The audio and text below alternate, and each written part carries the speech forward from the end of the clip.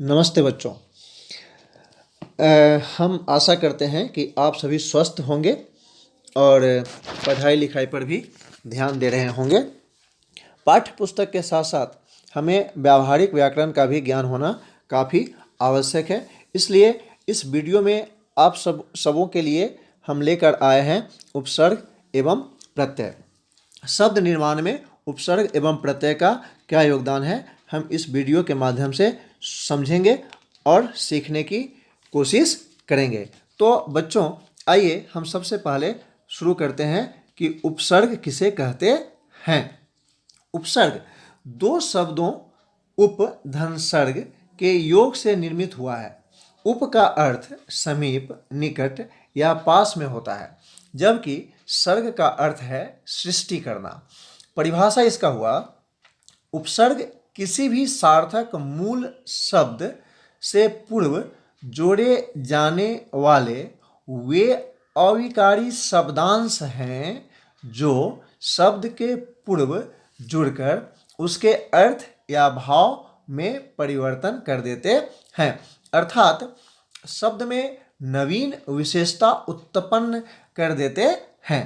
जैसे हम उदाहरण के तौर पर ले सकते हैं प्रधनहार, प्रहार, अप धन यश, अपयश आदि। बच्चों, उपसर्ग मुख्यतः तीन भागों में विभक्त किए जा सकते हैं। पहला, संस्कृत के उपसर्ग, जिसे हम तत्सम भी कहते हैं। तत्सम से तात्पर्य है कि संस्कृत के वे उपसर्ग जिसे हिंदी में शब्द बने हुए हैं। दूसरा है हिंदी के उपसर्ग, अर्थात तत्सम के बिगड़े हुए रूप को ही हम हिंदी के उपसर्ग में लाएंगे, जिसको हम तद्भव भी कहेंगे। तीसरा है आगत उपसर्ग। आगत उपसर्ग जो विदेशी उपसर्ग, विदेशी भाषा का उपसर्ग है, उसे हम आगत उपसर्ग भी कहते हैं। तो उपसर्ग के भाग में हम सबसे पहले संस्कृत के उपसर्ग को देखेंगे। ये उपसर्ग संस्कृत भाषा से अपने मूल रूप में हिंदी भाषा में आए हैं। इनकी कुल संख्या 22 मानी जाती है, 22 है। जैसे आ, अप, अव, अति, अधि, अनु, अभि, उप, उत, उद, दूर, दुस्, नीर, निस, नी, परा, परि, प्र, प्रति, वि, सम, सु। ये 22 उपसर्ग हैं। इन सब से हम शब्द का निर्माण करते हैं और बहुत सारे शब्द का निर्माण किया जा सकता है। जैसे आ से आगमन, आहार, आकार, अप से अपयश, अपमान, अपवाद, औ से अवतार, अवगुण, अवशेष, अति से अतिक्रमण, अत्यंत, अत्याचार, अधि से अधिनायक, अधिकार, अधिराज, अनु से अनुचर, अनुकरण, अनुसार, अभि से अभिनय, अभिमान, अभियोग, उप से उपयुक्त, उपकार, उपद्रव, उत से उत्कर्ष, उत्पात, उत्पन्न, उद से उद्गम, उद्भव, उद्गार, दूर से दुर्जन, दुर्गम, दुर्लभ, दुस् से दुस्साहस, दुष्कर, दुश्चरित, निर से निर्देश, निर्वेद, निर्भय, निस से निस्सार, निस्तार, निश्चित, नि से निपात, नियोग, निवास, परा से पराधीन, परामर्श, पराकाष्ठा, परि से परिणय, परिणाम, परिचय, प्र से प्रणाम, प्रबल, प्रलाप, प्रति से प्रतिकूल, प्रतिहार, प्रतिबिंब, वि से विहार, विमर्श, विवाद, सम से समक्ष, समग्र, संभाषण, सु से सुकर्म, सुयश, सुरक्षा आदि। इस तरह से बहुत सारे शब्द का निर्माण हो जाएगा। तो बच्चों, आगे हम पढ़ेंगे हिंदी के उपसर्ग। के उपसर्ग मूलतः संस्कृत से ही विकसित हुए हैं। जैसे अ, अध, अन, उन, औ, कु, नी, दु, भर, बिन, क, पर। इनसे जब शब्द बनेगा तो अ से अज्ञान, अछूत, अधर्म, अध से अधमरा, अधखिला, अधपका, अन से अनजान, अनपढ़, अनगढ़, उनसे 49, 29, 59, अर्थात किसी भी संख्या का एक कम उससे बन जाएगा। औ से औसत, औसर, औसान, कु से कुचाल, कुसंग, कुढंग, नि से निसंतान, निडर, निकम्मा, दु से दुबला, दुलारा, दुधारू, भर से भरपेट, भरपूर, भरसक, बिन से बिन ब्याहा, बिन पाए, बिन बादल, क से कपूत, कचोट, पर से परलोक, परोपकार, परसर्ग, परहित इत्यादि। इस तरह से इन सभी उपसर्ग से बहुत सारे शब्दों का निर्माण हो जाएगा।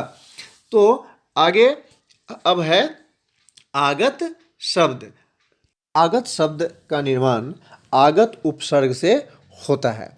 हिंदी में विदेशी भाषाओं से आए आगत उपसर्ग मुख्यतः उर्दू एवं अंग्रेजी भाषा से विकसित हुए हैं।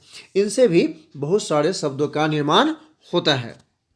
जैसे बा, बा से बाकायदा, बाइज्जत, बावजूद, ब से बदौलत, बखूबी, बनाम, बे से बेरहम, बेकसूर, बेईमान, ला से लाइलाज, लापरवाही, लावारिस, बद से बदमाश, बदनाम, बदबू, खुश से खुशबू, खुशमिजाज, खुशदिल, ना से नापसंद, नादान, नाराज, गैर से गैर हाजिर, गैर कानूनी, गैर जिम्मेदार, हम से हमदर्दी, हम उम्र, हमदम, हर से हर रोज़, हर तरफ, हर साल, कम से कमज़ोर, कम वक्त, कम अक्ल, सर से सरदार, सरताज, सरकार, दर से दरअसल, दरबार, दरकार, अल से अलबत्ता, अलगरज, बिल से बिल्कुल,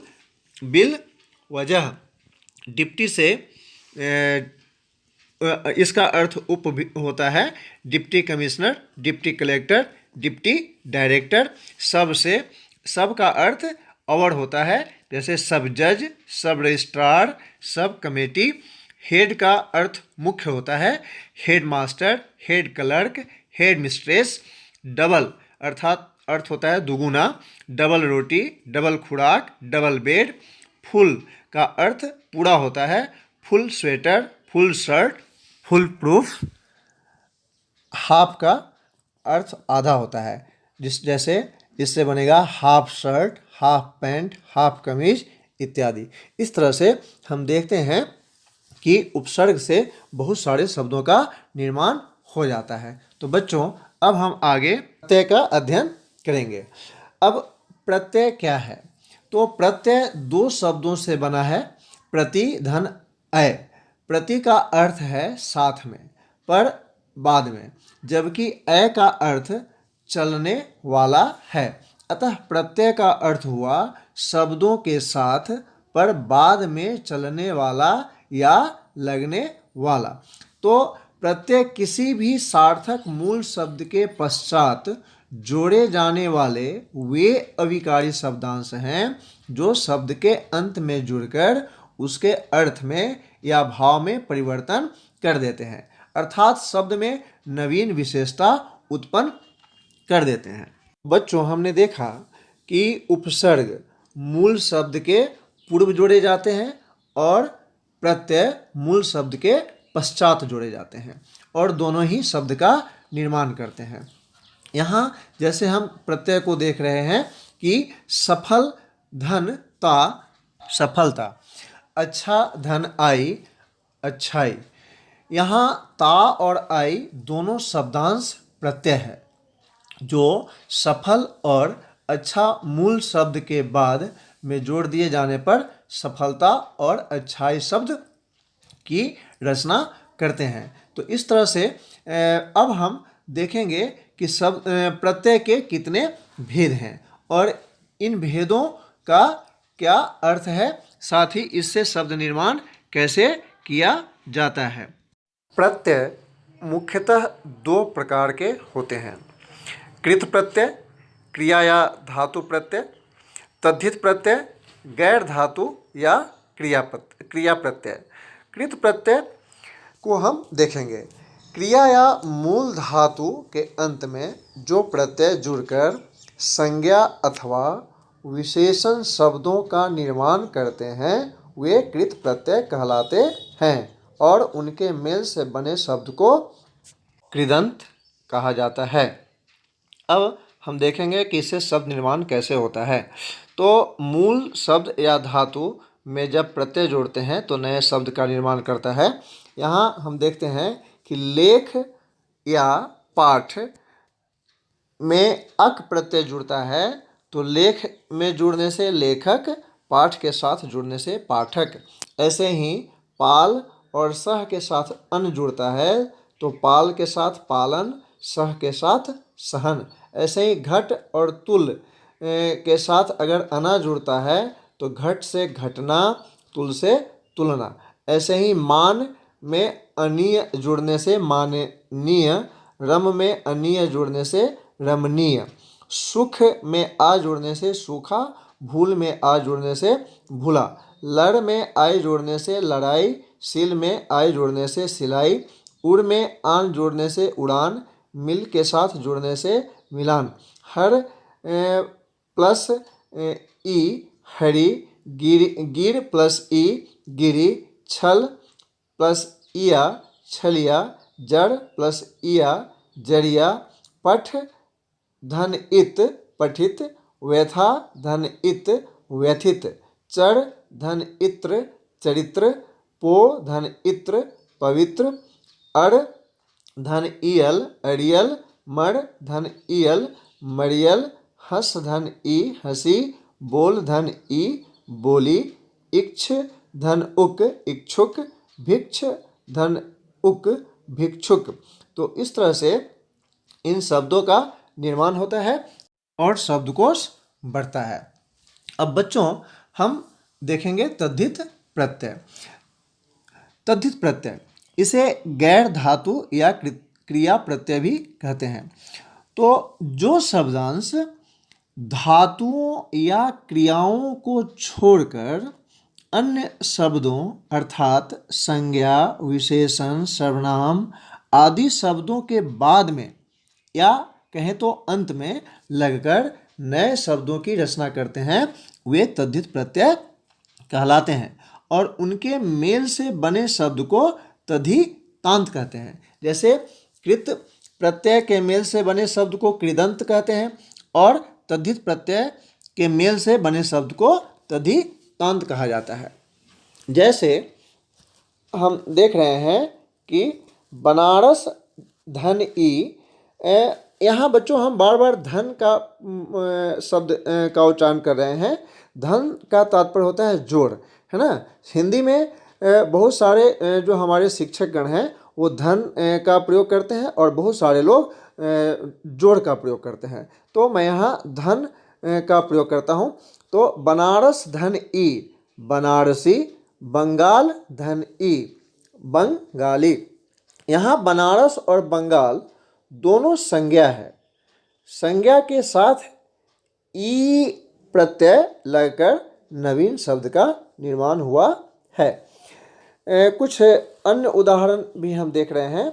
जैसे है पछताना और जगना, ये दोनों शब्द है। तो इस दोनों में कौन सा प्रत्यय हम लगाएं? आई। तो जैसे पछताना में आई लगाए तो पछताई, जगना में आई लगाए तो जगाई।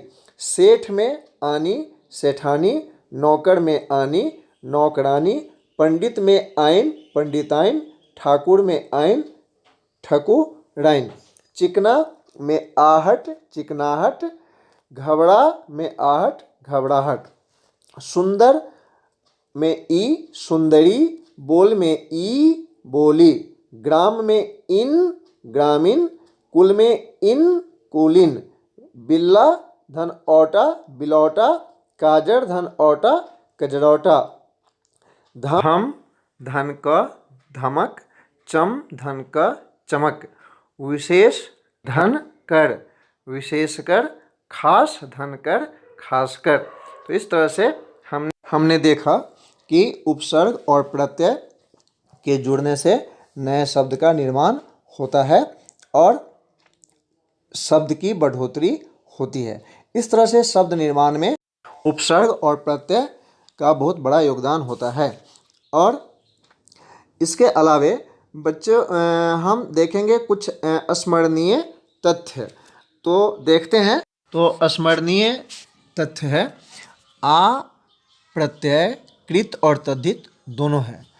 आपको ध्यान देना होगा कि यह क्रिया या धातु रूप में लगा है या संज्ञा अथवा सर्वनाम अथवा विशेषण रूप में। यदि भूख धन आज बराबर भूखा है तो तद्धित प्रत्यय है, और यदि भूल या भटक या सोच या समझ धन आ है तो कृत प्रत्यय होगा। तो इस तरह से कई प्रत्यय ऐसे भी होंगे जिन्हें कृत और तद्धित के रूप में अलग अलग करने के लिए हमें ध्यान देना होगा। जैसे अब है नमक में ईन लगाते हैं तो नमकीन, रंग में ईन लगाते हैं तो रंगीन। वैसे ही दीर्घ उ जब हम लगाते हैं पेट में तो बन जाता है पेटू, और चाल में लगाते हैं तो बन जाता है चालू। इस तरह से जितने भी यहाँ शब्द दिए गए हैं उनको ध्यान से देखें और सीखने की कोशिश करें। तो हमने देखा कि किस प्रकार से उपसर्ग और प्रत्यय शब्द का निर्माण करते हैं और शब्द रचना में इनकी अहम भूमिका होती है। तो आशा है बच्चों कि ये आपको पसंद आया होगा और आप इनसे ढेर सारी बातें सीखे होंगे। धन्यवाद।